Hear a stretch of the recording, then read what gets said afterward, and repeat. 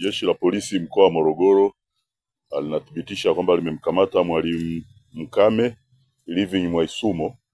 Huyu ana miaka 30, ni mwalimu wa shule ya sekondari ya Zombo iliyopo wilaya ya Kilosa mkoa wa Morogoro kwa tuhuma za kumbaka mwanafunzi wake wa kidato cha pili.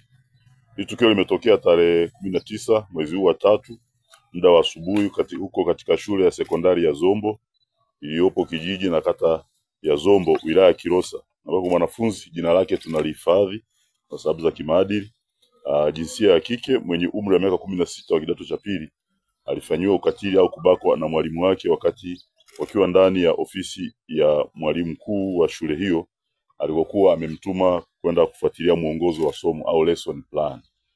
Kwa hiyo akiwa huko, na huyu mwalimu alikuwa anakaimu mwalimu mkuu kwa siku hiyo, kwa hiyo alimtuma wanafunzi kwenda ofisini na baadaye alimfuatilia kule na kumfanyia vitendo vya ukatili. Mtuhumiwa amekamatwa baada ya mwanafunzi aliyefanyiwa ukatili kutoa taarifa kwa jeshi la polisi.